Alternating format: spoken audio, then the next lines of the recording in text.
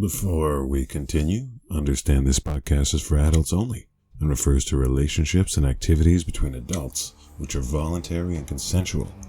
If you or anyone you know is being abused, coerced, or violently aggressed against, please reach out for help to the appropriate authorities.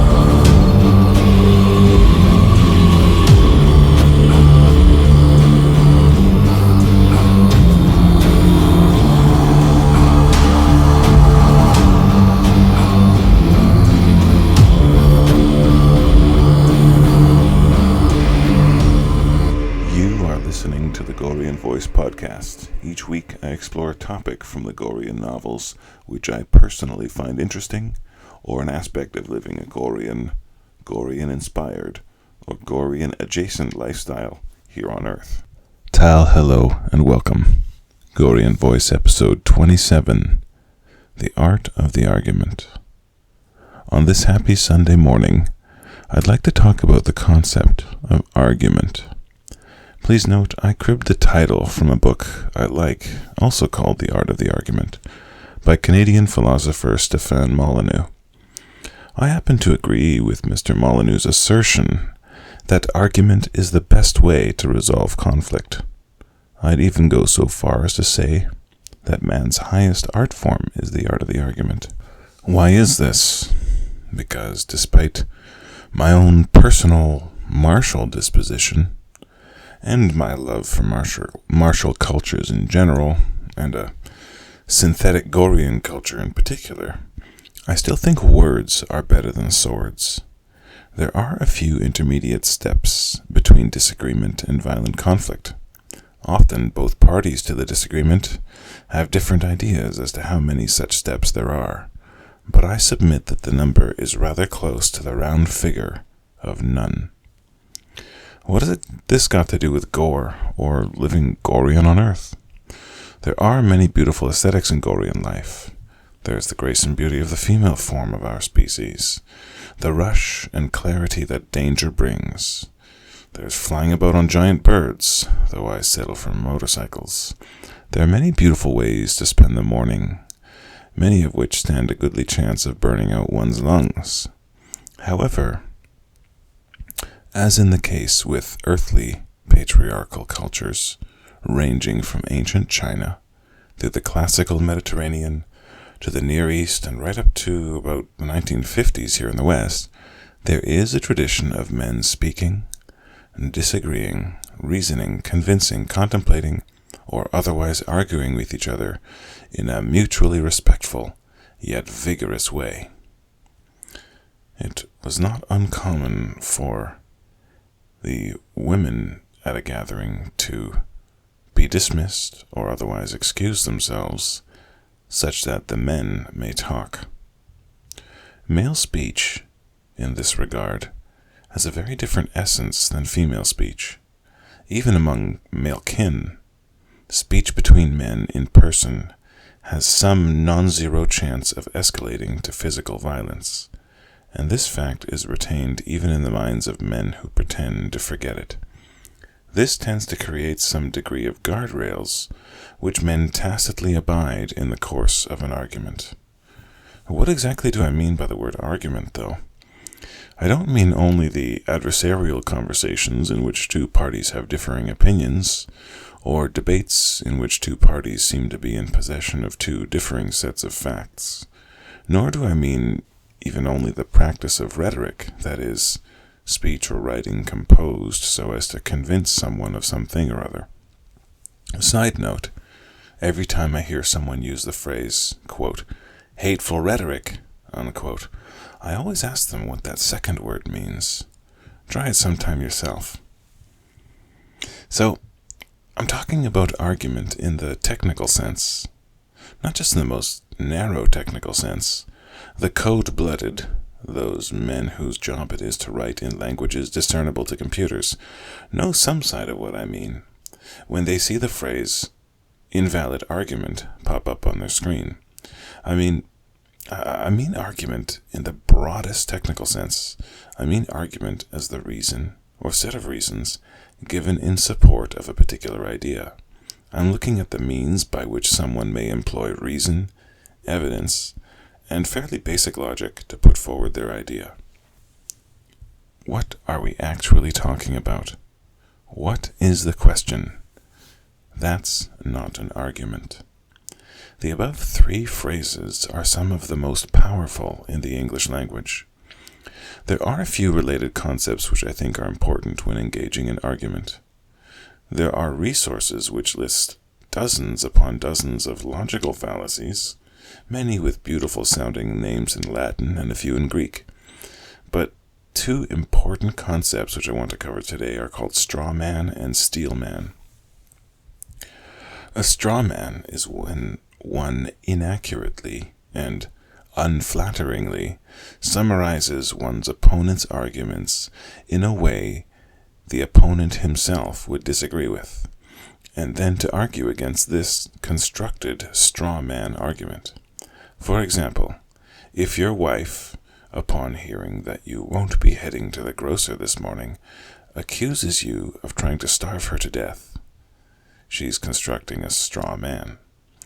Having done so, the version of you who is trying to starve her, she argues against that idea.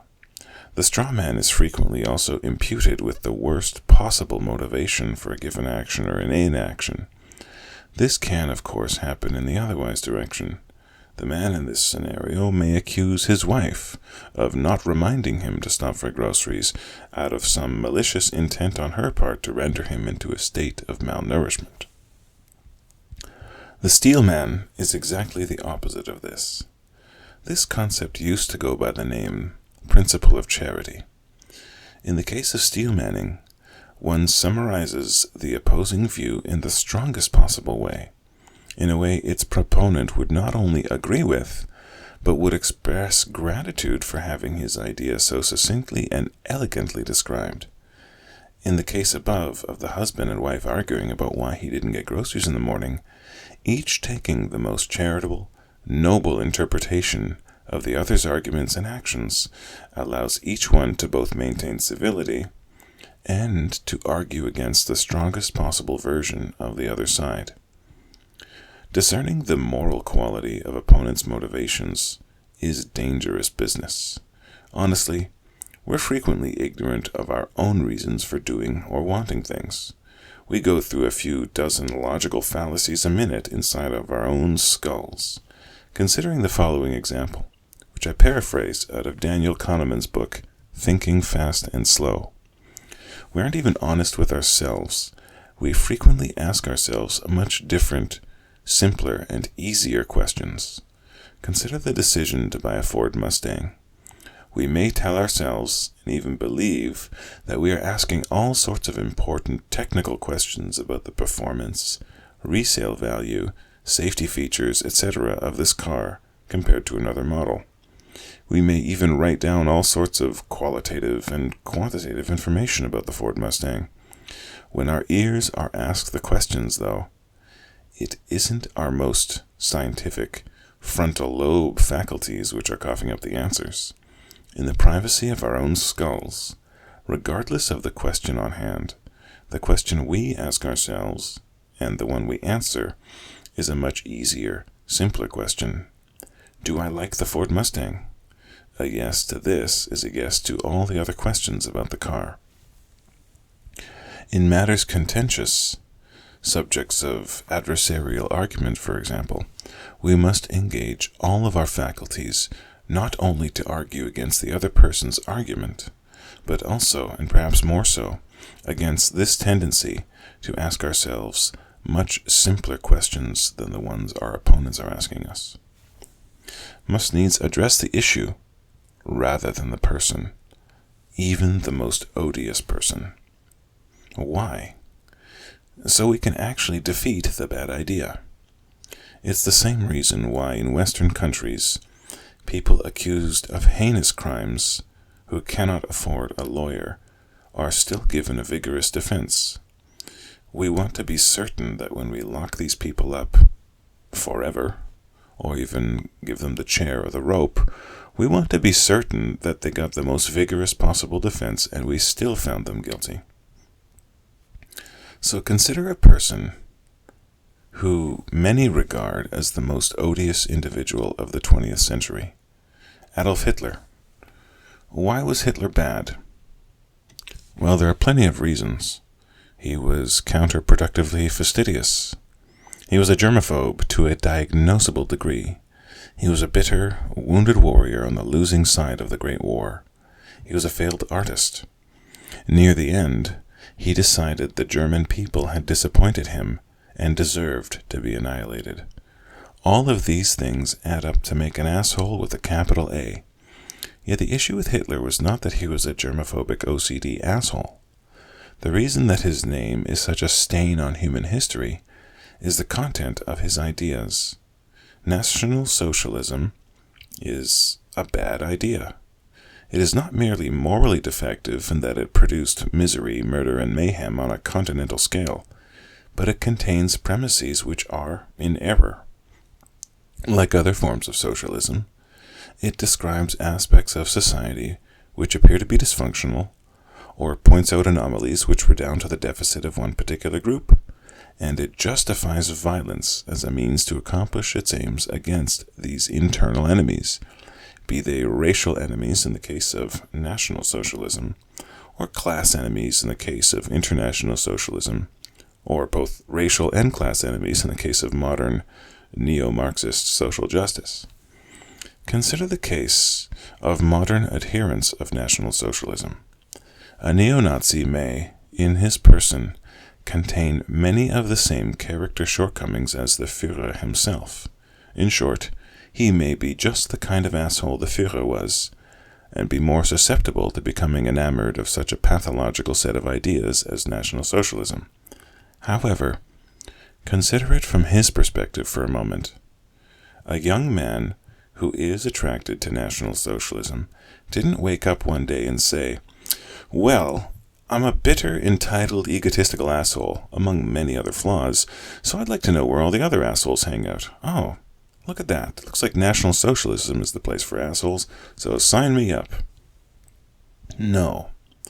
A modern adherent to a fringe movement, such as National Socialism, has learned about the ideas contained within it, has decided that he either agrees with or likes the ideas, he accepts the explanations proffered on the topics of economics and racial identity and military conquest, etc., and he has decided that this is the best way to bring about a better world. It's exactly the same way for other forms of socialism, which are more popular at the moment.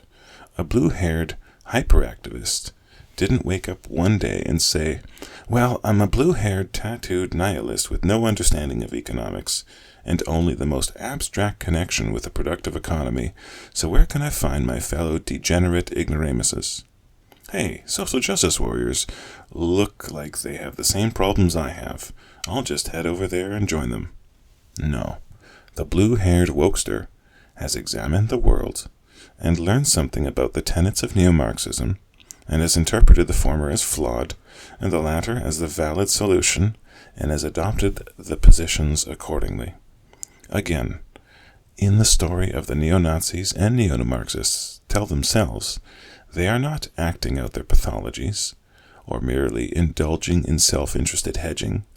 They are agreeing with certain ideas and disagreeing with others. The story they tell themselves is that they have a clear view of the facts about race or class, etc., and they will work towards rectifying the situation for the benefit of their preferred group.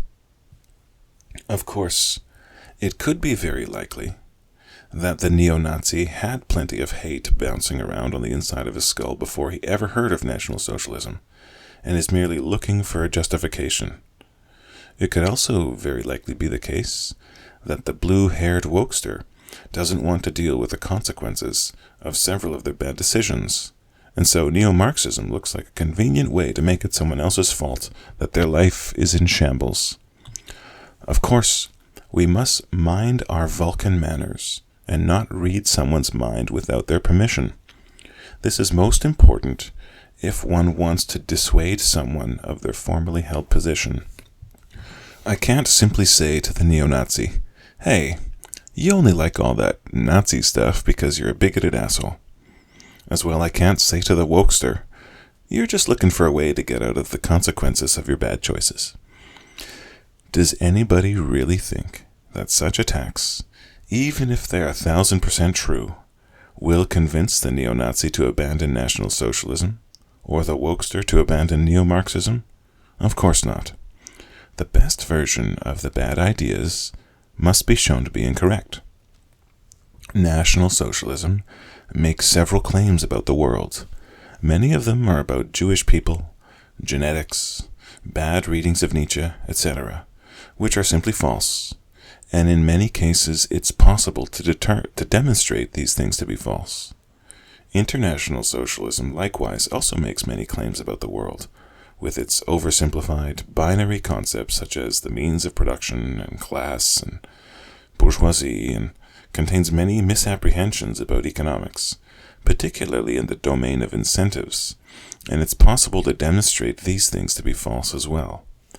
It is against these errors, which are asserted as facts, the arguments must be aimed.